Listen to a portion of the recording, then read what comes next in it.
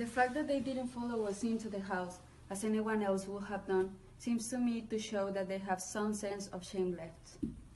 They're eating muffins. That looks like repentance. They don't seem to notice us at all. Couldn't you cough? But I haven't got a cough. They're looking at us. What effrontery! They're approaching. It's very forward of them. Let us preserve a dignified silence. Certainly, it's the only thing to do now.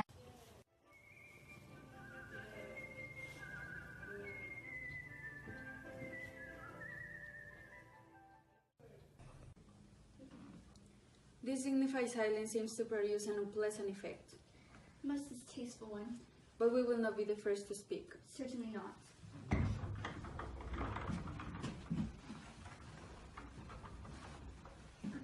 Mr. Warding, I have something very particular to ask you. Much depends on your reply. Gwendol, your common sense is invaluable. Mr. McCaffrey, kindly answer the following question. Why did you pretend to be my guardian's brother? In order that I might have an opportunity of meeting you. That seems a satisfactory explanation, doesn't it? Yes, sir, if you can believe him. I don't, but that does not affect the wonderful beauty of his answer. In matters of great importance, style, not sincerity is the vital thing. Mr. Warding, what explanation can you offer to me for pretending to have a brother? Was it in order that you may have an opportunity of coming up to town to see me as often as possible? Can you doubt it, Miss Fairfax? I have the gravest doubts upon the subject, but I intend to crush them. This is not the moment for German skepticism. Their explanations appear to be quite satisfactory, especially Mr. Warding's. They seem to me to have the stamp of truth upon it. I am more content with Mr. Moncrief. His voice alone inspires with absolute credulity. Then you think we should forget them?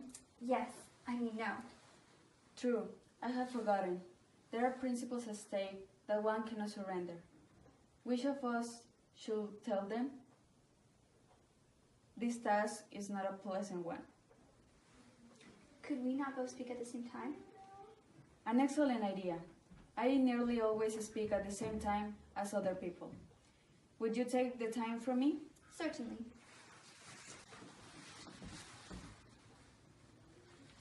Your Christian names are still an insuperable barrier. That is all.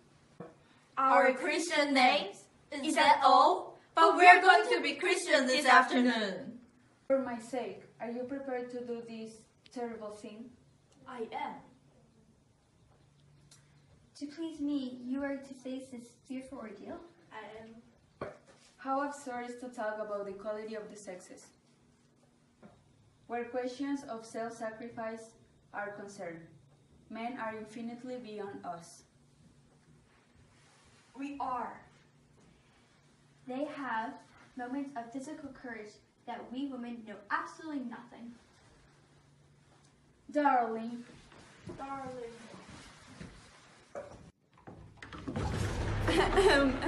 Lady Brack.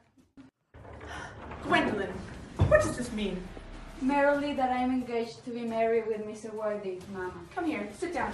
Sit down immediately. Hesitation of any kind is a sign of mental decay in the young, of physical weakness of old. Apprised, sir, of my daughter's flight by her trusty maid, whose confidence I purchased by means of small coin, I followed her at once by luggage train. I'm glad to say, under the impression that she is attending a more than usually lengthy lecture at the University Extension Scheme on the influence of the income, on the permanent income of thought. I would not advise you to undeceive him on this. In fact, I've never undeceived him on any question. I would consider it wrong. But of course you will understand that all communication between yourself and my daughter must cease immediately. On this point, as on all points, I am firm. I'm engaged to be married, Gwendolen, Lady Bracknell. You are nothing of the kind, sir. And now as regards to Algernon. Algernon! Yes, Aunt Augusta. May I ask if it is in this house that your invalid friend, Mr. Bunbury, resides? Oh, no. Bunbury doesn't live here. Bunbury lives somewhere else at present. In fact, Bunbury was dead. Dead? What did he die of? His death must have been extremely sudden. Oh, I killed Bunbury this afternoon. Poor Bunbury died this afternoon. What did he die of? Bunbury? He was quite exploded. exploded. Was Mr. Bunbury the victim of a revolutionary outrage? I was not aware that he was interested in any social legislation. If so, he was properly punished for his morbidity. My dear Aunt Augusta, Bunbury was found out. The doctor found out that Bunbury could no longer live. That's what I mean. So Bunbury dead. He seems to have had great confidence in the opinion of his physicians. I'm glad, however, that he made up his mind at the last to some definite course of action and acted under proper medical advice.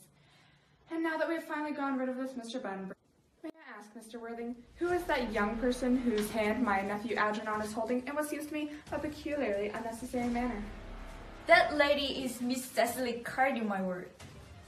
Be married with Cecily, Aunt Augusta. I beg your pardon? Mr. Moncrief and I are engaged to be married. I do not know if there's anything peculiarly exciting in the air of this part of Hertfordshire, but the number of engagements that seems to go on seems to me to be peculiarly above the statistics that have been laid down for our guidance. I think some preliminary inquiry on my part would not be out of place. Mr. Worthing, is Miss Cardew at all connected to any of the larger railway stations in London? I merely desire information. Until yesterday, I had no idea that there were any persons or families whose origin was a terminus. Miss Cardew is the granddaughter of the late Mr. Thomas Cardew of 149 Fairgrave Square, Southwest, Gardgrave Park, Dorking, Surrey, and the Sporran, Fifeshire, Northbound. That sounds not unsatisfactory. 3 addresses always inspires confidence, even in tradesmen. But what proof have I of their authenticity? I have carefully preserved the court guides of the period. They are open to your inspection, Lady Bracknell. I've known strange errors in that publication. Miss Cardew's family solicitors are Mr. Markby, and Markby. Markby, and Markby, a firm of the very highest position in the profession. Indeed, I am told that one of the Mr. Markbys is occasionally to be seen at dinner parties. So far, I am satisfied. How extremely kind of you, Lady Bracknell.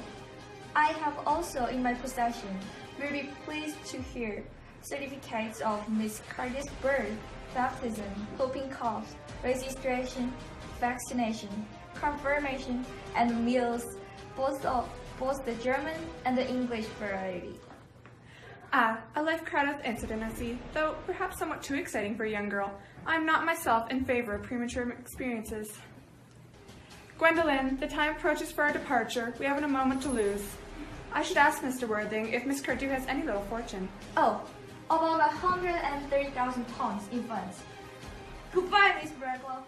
Wait, 130,000 pounds, and in the funds. Miss Cardew seems to me a most attractive young lady now that I look at her. We live, I regret to say, in an age of services. Come here, dear child. Pretty child, your dress is sadly simple and your hair looks as though nature might have left it, but a thoroughly experienced French maid can produce a marvelous effect in a brief period of time. I remember recommending one to Lady Lancey. After 3 months, her own husband didn't know her. And after 6 months, nobody knew her. Turn around. No, to the side is what I want. Yes, just as I expected. There are distinct social possibilities in your profile. The 2 weak points in our age are our want for profile and our want for principle. The chin a little higher, dear. Style largely depends on the way the chin is worn. It is worn very high at present. Algernon. Yes, Aunt Augusta. There are distinct social possibilities in Miss Cardew's profile. Cecily is the sweetest, dearest, prettiest girl in the whole world.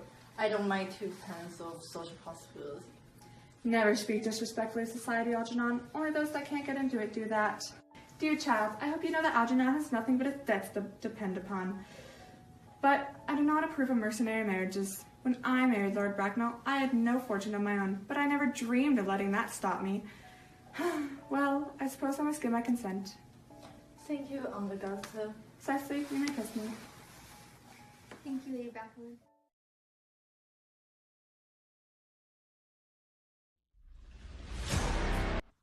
Go. Do it again! The fact that they didn't follow us into the house, as anyone else would have done, seems to me to show that they have some sense of shameless. They're eating repentance. Okay, let's reach to that. You're so fun. Wait, I'm like, wait, you have to walk in more. And you have to show up. Here, let's close these. I have to show up? Yeah. Guys, because you you're- need someone to because film. You're holding his hand. Now Jack holds his hand. Oh no, what are we doing? No, because Jack stands there and talks about you.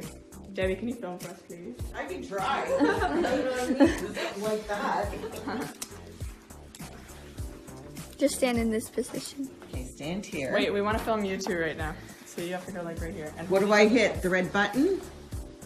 How do I film, ladies? Yes. Here, wait, let me see. Because we're filming Algernon. Aiden? Yeah. Okay, so I'm filming gonna now. film these two? Not yet. You have to film these people. These people first. Why? I just said Algernon, Algernon. Now he's talking. All right. Okay.